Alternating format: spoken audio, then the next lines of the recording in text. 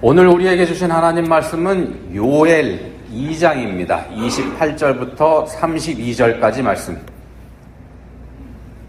한 목소리로 읽겠습니다.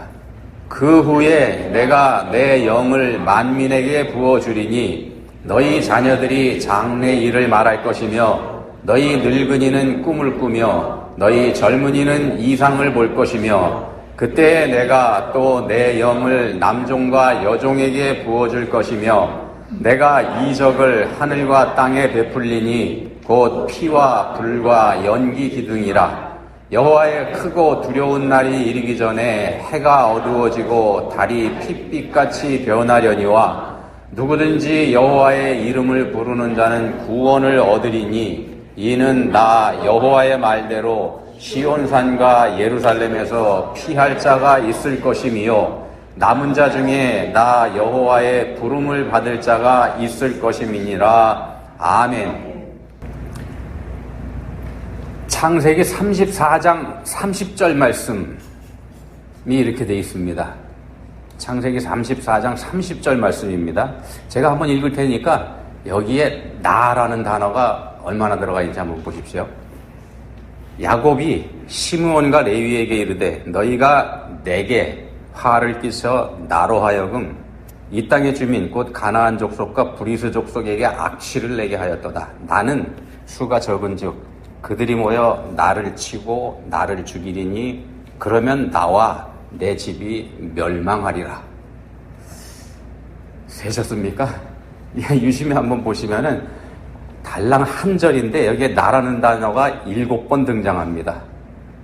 7번 나오는데 7, 이 완전수지 않습니까? 그렇다 그러면은 이 창세기 34장 30절 말씀은 나, 그러니까 자기 자신으로 충만해 있는 그런 말씀이 됩니다. 자기로, 나로 충만해 있습니다. 자, 바단 아람 외삼촌 라반의 집에서 돌아온 야곱이, 이게 야곱이 한 말이지 않습니까? 이 야곱이 정착한 곳이 세겜이라고 하는 곳이죠. 세겜이라고 하는 곳이 어떤 곳인가 하면은 강수량이 풍부한 곳입니다. 이게 물이 넉넉한 곳이기 때문에 농사가 잘 되는 그런 지역입니다. 농사가 잘 되니까 당연히 야곱이 업으로 가지고 있는 이 목축, 여기에도 적합한 땅이겠죠. 그리고 이 지역이 지리상으로 보면은 동쪽, 서쪽, 남쪽, 북쪽으로 길이 통해 있기 때문에 교통의 요지이기도 합니다. 이렇게 되니까 오래전부터 사람이 살았던 그런 곳이고요. 바꿔 말씀드리면 세상적인 안목으로 보면 굉장히 좋은 땅입니다. 세상적으로 아주 좋은 땅, 괜찮은 땅, 그런 곳입니다. 야곱도 이곳을 보니까 마음에 들었던 모양입니다. 여기서 밭을 사서 거기다 장막을 쳤다, 이렇게 나옵니다. 땅을 사고 그곳에다 장막을 쳤다는 얘기는요, 집을 줬다는 얘기죠. 그 얘기는 뭐냐면 거기 정착한다, 이런 뜻이지 않습니까? 눌러 앉았다, 이런 얘기입니다. 이게 치명적인 잘못이 됩니다.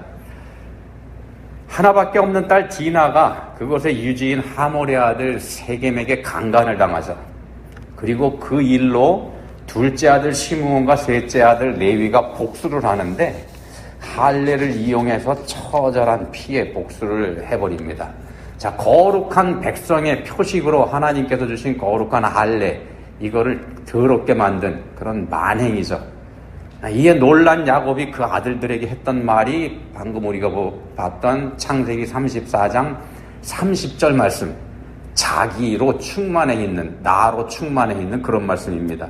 모든 초점이 자기 자신에게 맞춰져 있습니다. 약복강에서 하나님과 겨루어서 이겨서 이스라엘이라고 이름을 받았던 야곱이죠. 그렇게 이스라엘이라고 하나님과 겨루어 이겼다는 그 이름을 받은 지 얼마 지나지 않은 때입니다. 자기 실력으로 살아왔던 야곱입니다. 자기 실력으로 살아오면서 권모술수의 대가인 외삼촌 라반에게서도 살아남았던 그런 야곱입니다. 능력이 출중한 사람이죠. 자, 그렇지만은요, 거기서 살아남았지만 20년 만에 돌아올 때, 20년 전에 원한 때문에 쌍둥이형 해서가 보복할까봐 두려워하지 않습니까? 겁을 잔뜩 먹은 야곱이 그래서 야복강을 건너지 못하고 거기서 혼자 남아서 밤새도록 하나님과 씨름했던 거, 그 이야기가 우리가 읽은 이 34장 30절보다 앞에 나옵니다.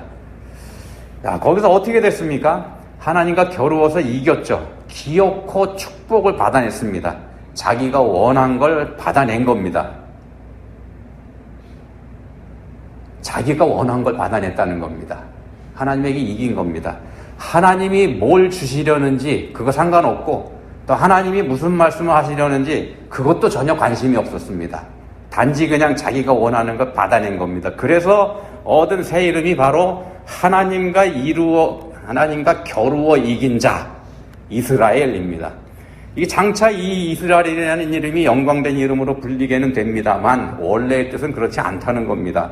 자기 고집을 꺾지 않은 불통, 그러니까 자기로 충만한 사람, 그런 뜻을 가지고 있는 이름이 바로 이스라엘입니다. 하나님까지 이겨먹었다, 이런 조롱이 담긴 이름이 이스라엘이라는 말씀입니다. 그래서 이후에도 창세기를 가만히 읽어보시면은요, 이후에도 이 야곱이 이스라엘이라는 이름으로 불리지 않습니다. 그냥 야곱 이렇게 나옵니다.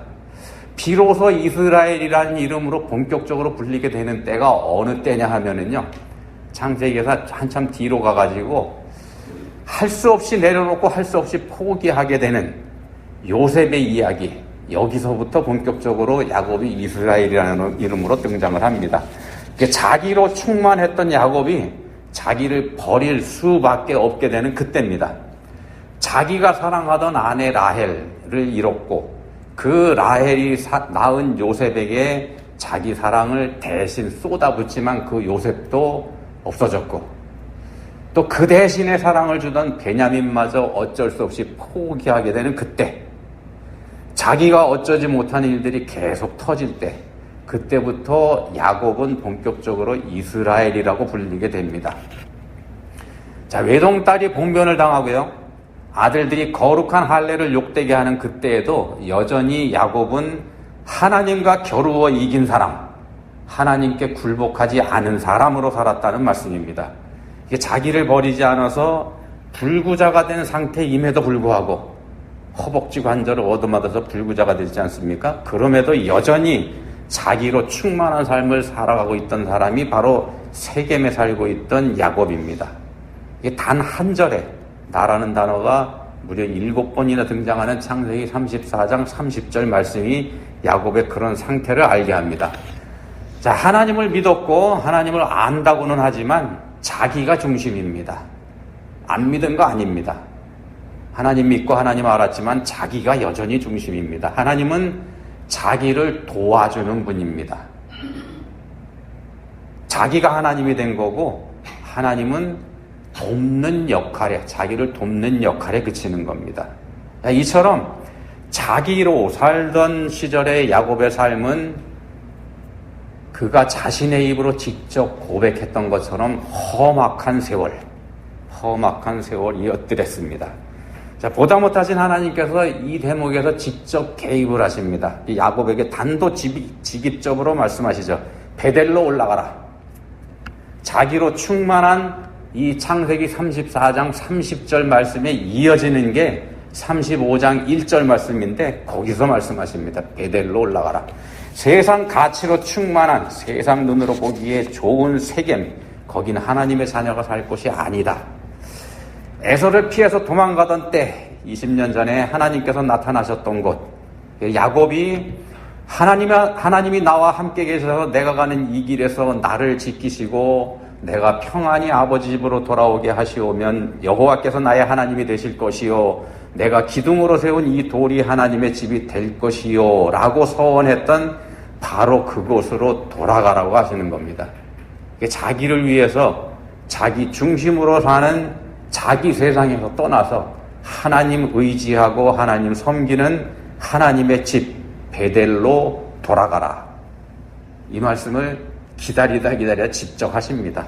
자, 그렇지만 베델로 올라가기는 했어도 여전히 자기를 버리지는 못했다는 겁니다. 앞에서도 말씀드린 것처럼 자기 사랑 라헬, 그 라헬이 낳은 요셉 편애하지 않습니까? 그래서 요셉을 잃고 맙니다. 그리고 기어코 마지막 사랑으로 남아있던 베냐민까지도 포기해야 되는 그야말로 험악한 세월을 살게 되는 게 자기로 사는 야곱의 삶이었습니다. 자기로 산다는 게요, 이처럼 고달픈 삶이라는 말씀을 지금 드리는 겁니다.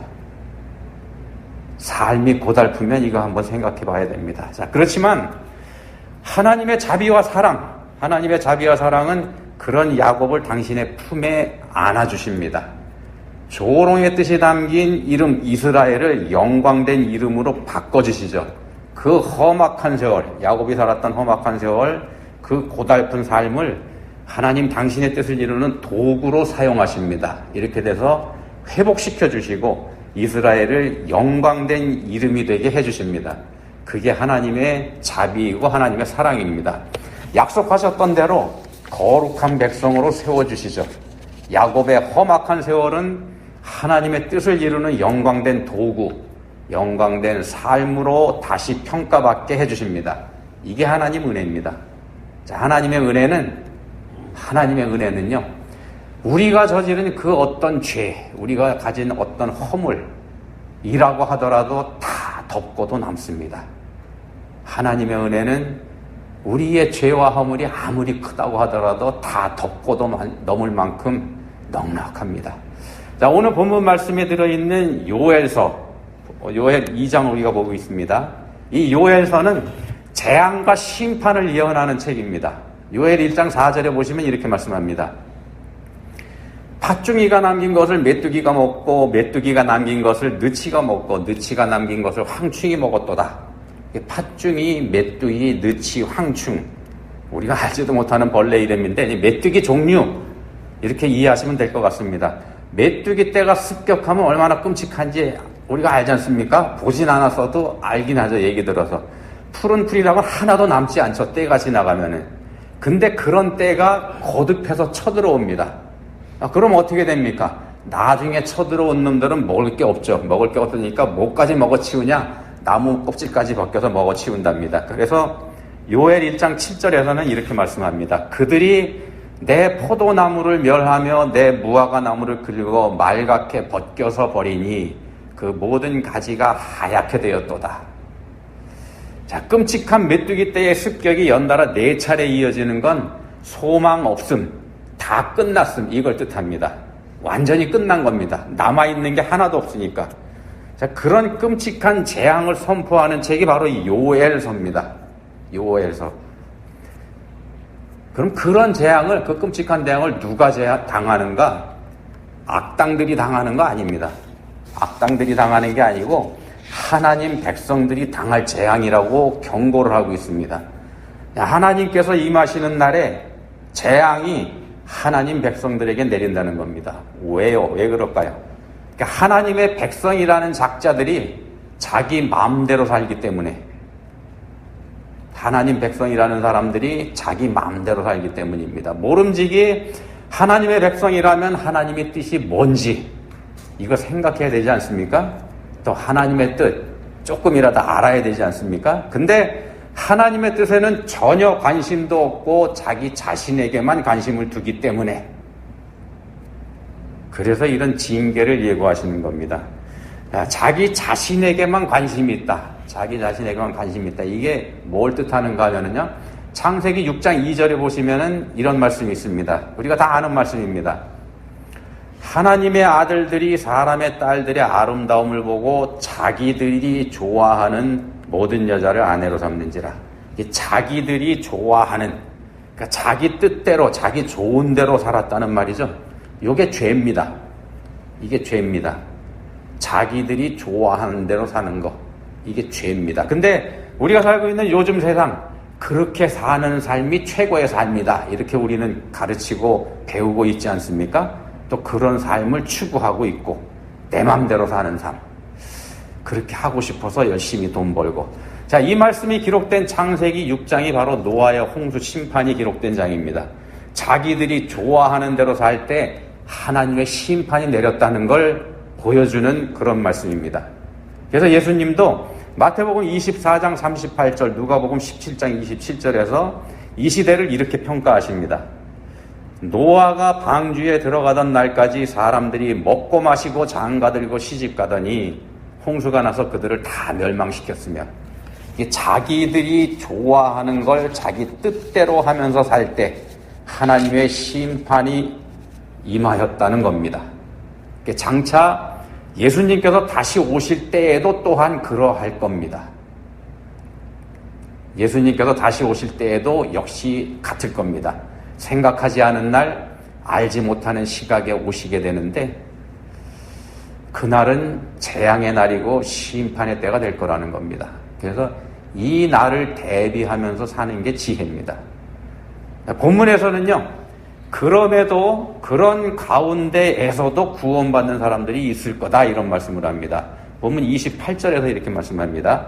28절입니다. 그 후에 내가 내 영을 만민에게 부어주리니, 내 영, 하나님의 영이죠. 성령을 뜻합니다. 성령을 만민에게 부어주겠다 이렇게 약속하십니다. 노아 때 자기들이 좋아하는 대로 살던 그 때를 창세기 6장 3절에서는 이렇게 말씀합니다. 자기들이 좋아하는 대로 살던 그때 여호와께서 이르시되 나의 영이 영원히 사람과 함께하지 아니하리니 이는 그들이 육신이 됨이라. 그들이 육신이 됨이라. 창세기 2장 7절에 보시면은요, 여호와 하나님이 땅의 흙으로 사람을 지으시고 생기를 그 코에 불어넣으시니 사람이 생명이 되니라 이런 말씀이 되어 있죠. 이 말씀대로 보면은 흙덩어리에 불과했던 우리 인간이 하나님께서 생기, 그러니까 영을 불어넣어 주심으로 인해서 우리 인간이 영적인 존재가 됐는데 거기서 하나님의 영이 떠나버리니까 육신만 남았다 이 말씀을 창세기 6장 3절에서 하는 겁니다. 그들이 육신이 됨이라. 왜 육신이 됐는가? 자기들이 좋아하는 걸 자기들 뜻대로 하면서 사니까. 영적인 존재가 하나님의 영이 떠나니까 육신만 남았습니다. 그냥 고깃덩어리가 됐다 이 말씀입니다. 영적인 존재인 인간이 영을 주신 하나님을 거절하고 자기들이 좋아하는 대로 살겠다면 더 이상 영은 필요 없게 되는 것 같지 않습니까? 그러니까 영이 떠나버리니까 남는 건 육신뿐이죠. 자, 근데 본문에서는 내가 내 영을 만민에게 부어주리니 라고 말씀하고 있어서 영의 회복을 약속하십니다. 만민에게 라고 하는 말씀을 이거 원어로 직역해보면은 모든 육체에게 그런 뜻입니다. 내가 내 영을 모든 육체에게 부어주리니 그런 뜻이 됩니다. 고깃덩어리 육체에게 영을 부어주시겠다는 겁니다. 그러니까 원래 인간을 창조하셨던 그 상태로 회복시켜 주시겠다는 약속이죠.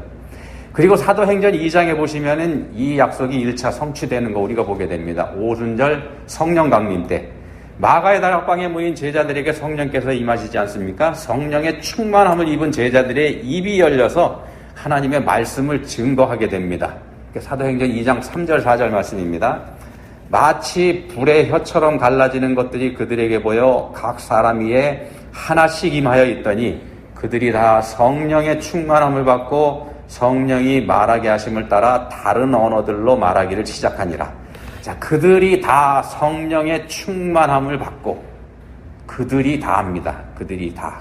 본문 28절과 29절 말씀처럼 자녀들이나 늙은이나 어감이 안 좋죠? 그래서 이거 이렇게도 읽습니다. 자녀들이나 늙은이나 젊은이나 남종이나 여종이나 구별 없이 그들이 다 성령의 충만함을 받았습니다.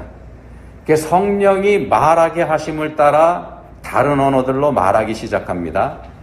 그러니까 자기들이 좋아하는 대로 하지 않고 성령께서 이끄시는 대로 따랐다는 얘기입니다. 이게 성령 충만입니다. 바벨탑 사건으로 소통이 단절돼서 불통의 시대를 살아왔던 인류에게 성령이 임하시자, 그러니까 사람이 성령께 이끌리게 되자 소통이 이루어지는 장면이 사도행전 2장에 증거되고 있는 겁니다. 불통은 끝나고 소통의 새 시대가 열리는 것. 이게 성령의 역사입니다. 자, 근데 이 오순절의 이 사건 역시 예수님께서 재림하실 때 이때를 예표하는 상징적인 사건에 불과합니다. 이것도 아직 실체는 아닙니다. 실체는 마지막 때에 나타날 겁니다. 구약의 예언, 요엘서의 예언이 예표적인 예언이 실체적으로 사도행전 2장에 나타났습니다만 이거 역시 예수님 재림 때를 예표하고 있다는 말씀입니다.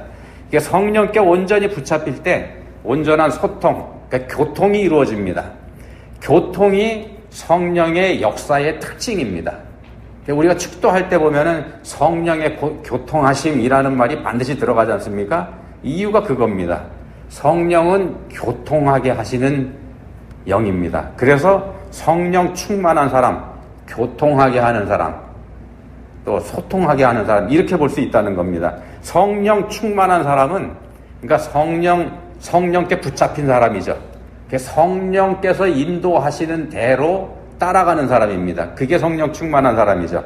그러니까 자기들이 좋아하는 대로 하지 않고, 자기가 좋아하는 대로 하지 않고 자신을 성령께 굴복시킨 사람, 이 사람이 성령 충만한 사람입니다. 그래서 성령 받았다고 하면서 영적 능력을 과시하면서 다른 사람에게 공포감을 주고 겁을 주는 사람이라면, 그런 사람이라 그러면 문제가 있다는 겁니다.